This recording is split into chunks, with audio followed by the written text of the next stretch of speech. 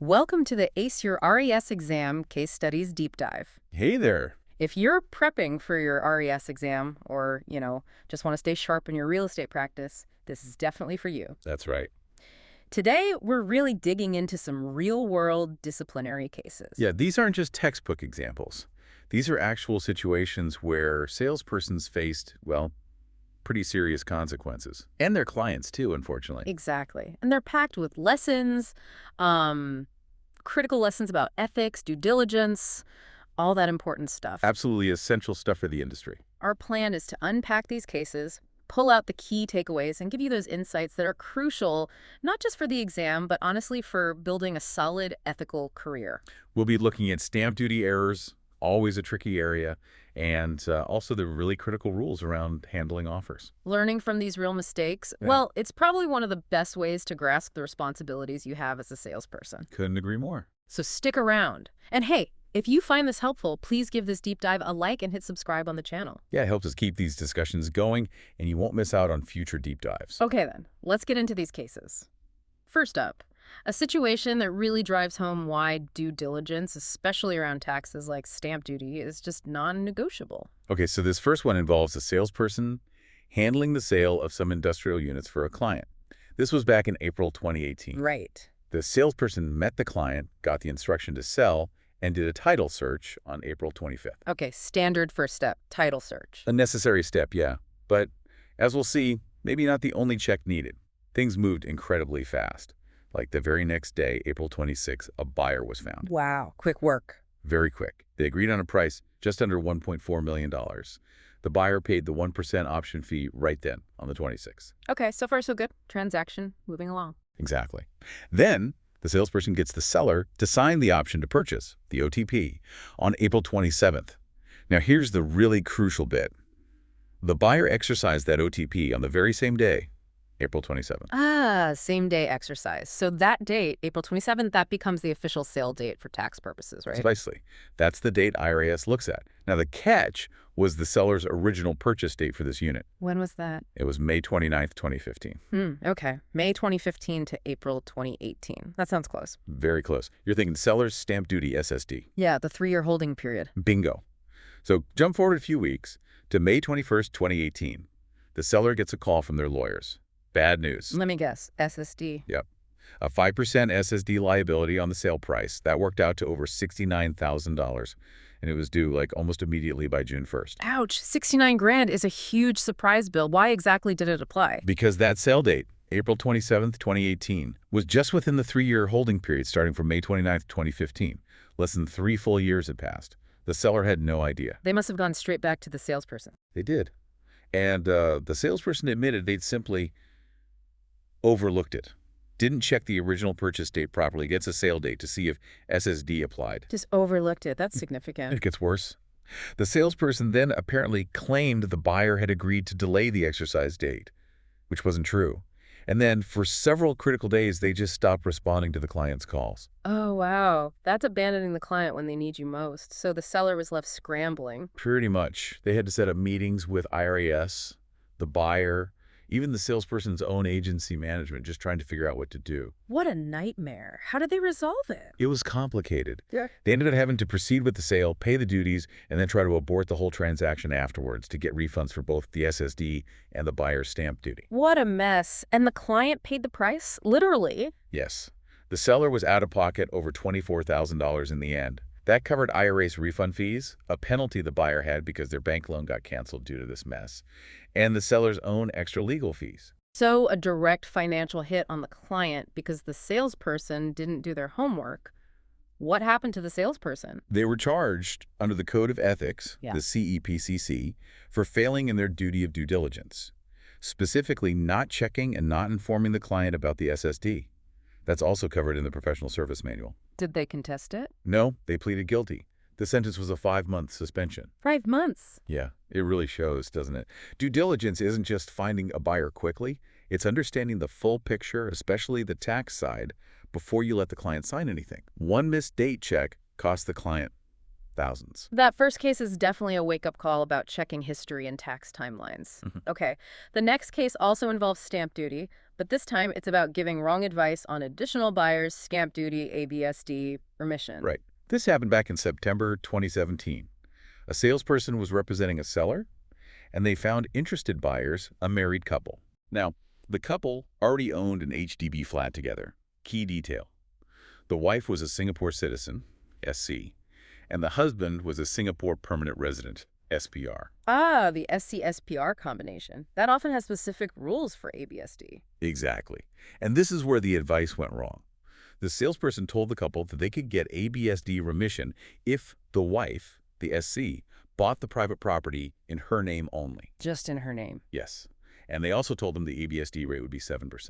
Okay. Did the salesperson actually, double-check the rules before saying this? Well, according to the case details, no. They didn't verify the ABSD remission rules properly before advising the couple. They mentioned some general conditions, like needing to sell their HDB flat within 6 months, but the core advice, sole name purchase for remission, 7% rate, that was inaccurate. Wow. So the couple acted on this incorrect information. They did. Trusting the salesperson, they went ahead and paid the 1% option fee. The property price was just under $1 million, so the fee was almost $10,000. They got the OTP from the seller. So they were financially committed based on this advice. When did the penny drop? It wasn't until they engaged their own conveyancing lawyer. The lawyer reviewed the situation and told them the salesperson's advice was wrong. Oh, dear. What were the actual rules then?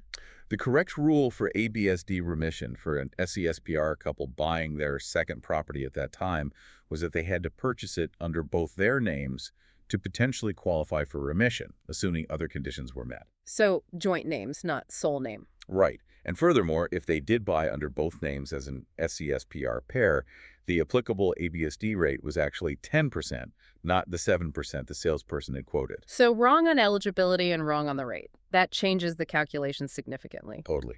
Once the couple got the correct information from their lawyer, they realized they couldn't actually afford to proceed with the purchase under the real terms, so they had to pull out. And they lost their option fee. They forfeited the nearly $10,000 option fee. Plus, they had incurred some legal fees. The total loss mentioned was over $10,300. Just because of inaccurate advice from the salesperson? Exactly. The salesperson was subsequently charged under the CEPCC for basically acting unreasonably towards others by misrepresenting the ABSD conditions. Another guilty plea. Yes. The penalty this time was a 4-month suspension and a $3,000 financial penalty. It really underscores the responsibility, doesn't it? You can't just guess or rely on memory for complex things like stamp duty rules. Absolutely not. Verification is key. A quick check could have prevented that couple's loss and saved the salesperson's career from that suspension and fine. Giving financial advice requires absolute certainty. Okay, those first two cases are really about getting the technical details and the numbers right, especially on tax. This next one, though, it shifts focus. It's about something maybe even more fundamental. Your duty to your client when offers start coming in. This is a pretty shocking case of failing to submit offers. Yeah, this one is quite complex and involves several players. Yeah. So we have a seller who hired 2 salespersons, let's call them G and A, to sell her property. 2 agents working together. Okay. Yes, but there was a specific arrangement. All communication had to go through the seller's friend, named J, and the seller gave salesperson G the very clear instruction. Tell J about any offer you receive. No exceptions. Seems straightforward enough. Tell the friend about every offer. You'd think? Yeah. Okay, fast forward about a year. Another salesperson, let's call him D, has some interested buyers. D finds the property listed by both A and G. D tries to contact A, can't reach them, so gets in touch with G. Right, standard co-broking scenario starting up. Exactly. G shows the property to D's buyers. They like it, they make an offer, $1.27 million. Okay, first offer on the table. G tells J, right. Wrong. Salesperson G rejected this $1.27 million offer himself. He didn't tell the seller via J about the offer amount. He only told J that an offer had been rejected. Wait, G just decided $1.27 wasn't good enough without even telling the seller what it was? He didn't have the authority to do that, surely. It certainly appears he acted unilaterally. Now get this. The seller, through J, then actually made a counteroffer of $1.32 million intended for D's buyers. So the seller was willing to negotiate. Yes, but salesperson G never passed this $1.32 million counteroffer onto salesperson D. Unbelievable. So D and his buyers had no idea the seller had come back with $1.32 million. Correct. They were completely in the dark. Despite not hearing back on a counter, D's buyers were still keen. They made a second offer, $1.29 million. They even gave G a check as a sign of sincerity. And G relayed this $1.29 million offer and the check to J. No.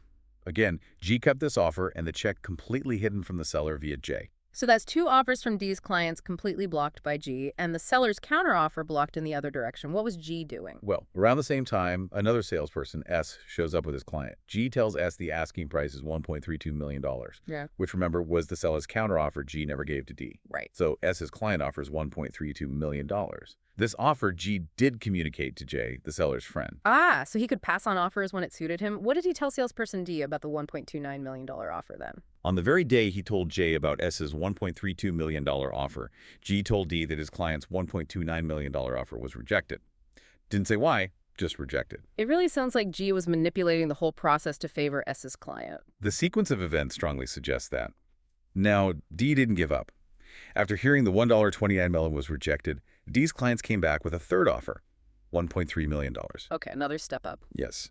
D tried calling G, messaging G, trying to submit this $1.3 million offer.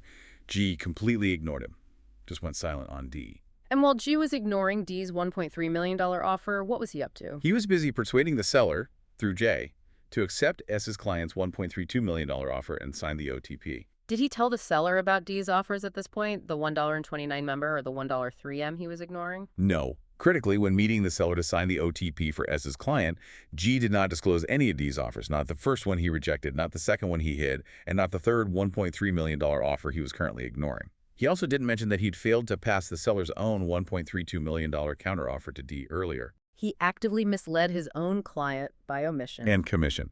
To seal the deal with S's client, G actually told the seller that D's clients were not genuine and not sincere. Based on lies and hidden information.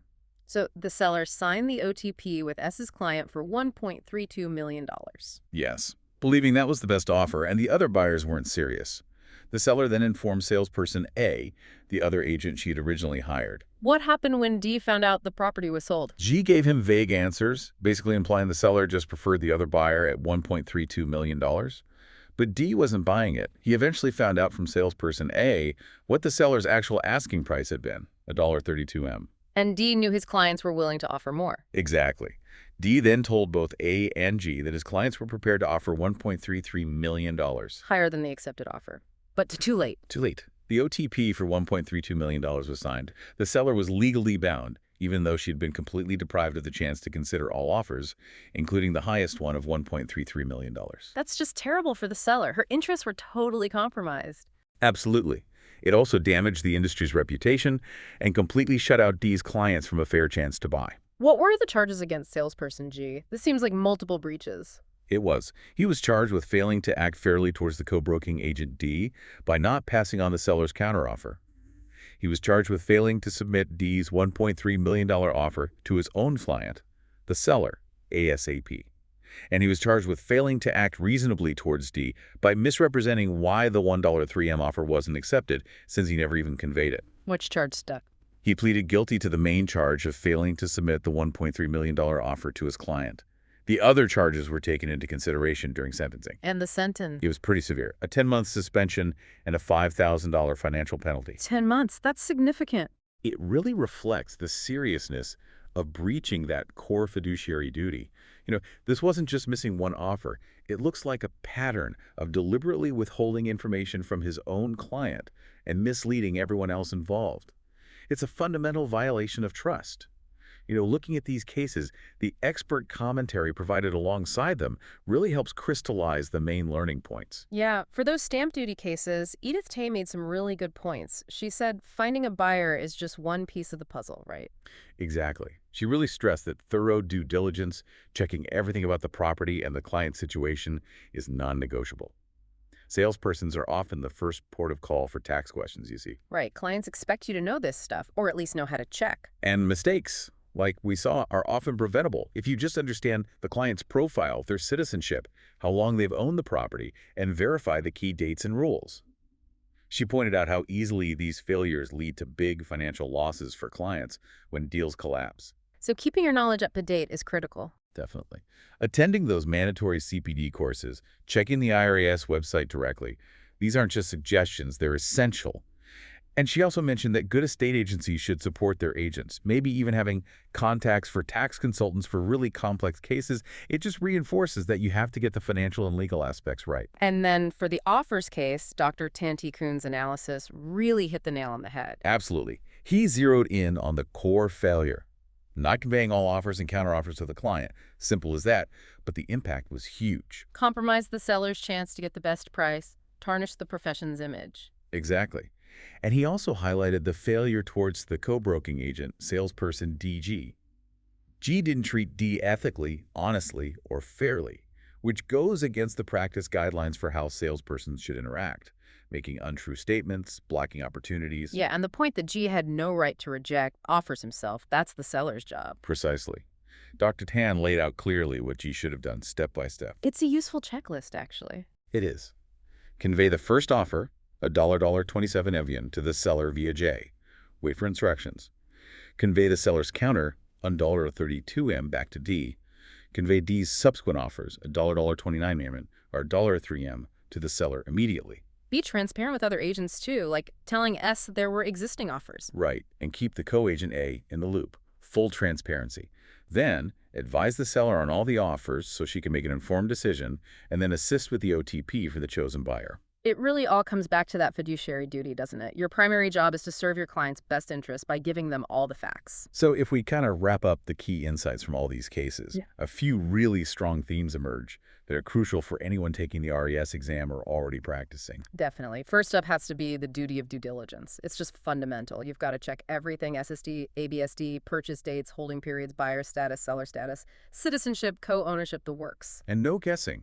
Verify the rules. Use reliable sources like IRAs, maybe even check with lawyers if needed. Assumptions are dangerous, as we saw. Second big one, fiduciary duty to your client.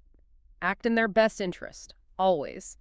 That means showing them every single offer right away. Give honest advice based on all the information. You are not the gatekeeper. Don't reject offers unilaterally. And the offers case also highlighted number 3, professional conduct with co-broking agents. Treat fellow salespersons properly, ethically, honestly, fairly. Be transparent. Don't block their clients' legitimate offers. If there's a dispute, use the proper channels, like your KEO or legal department. Don't just shut down communication. Yeah, absolutely. And finally, these cases really show the consequences of breach. These aren't just small slip-ups. Getting it wrong can cost your clients serious money, wreck your reputation, damage the whole industry's image, and lead to significant penalties, suspensions, fines. It's serious business. It really is. So thinking about you, the listener, preparing for the exam or starting your career, these cases aren't just stories. They're real-life examples of the principles you're learning. Exactly. Understanding why these rules exist, seeing the real impact when they're broken, that's maybe the best way to internalize them and make sure you practice ethically and professionally from day one. It's about building trust. You know, going through these cases, it really makes the rules and regulations feel much more real, much more tangible. It's not just theory. Absolutely. Seeing the consequences makes it stick. And, this leads to a really important question for you to think about as you move forward. How will you, personally, make sure that even when things get busy, when the pressure is on to close a deal, you always make time for that thorough due diligence? How will you ensure you prioritize complete honesty and your client's best interests above everything else? That's a great point. What systems or habits can you put in place right now as you're learning to make sure you don't overlook that crucial date or forget to submit that offer? Really reflecting on that, learning from these stories, that's what will help you not just pass the RES exam, but build a long, successful, and importantly, ethical career in this industry.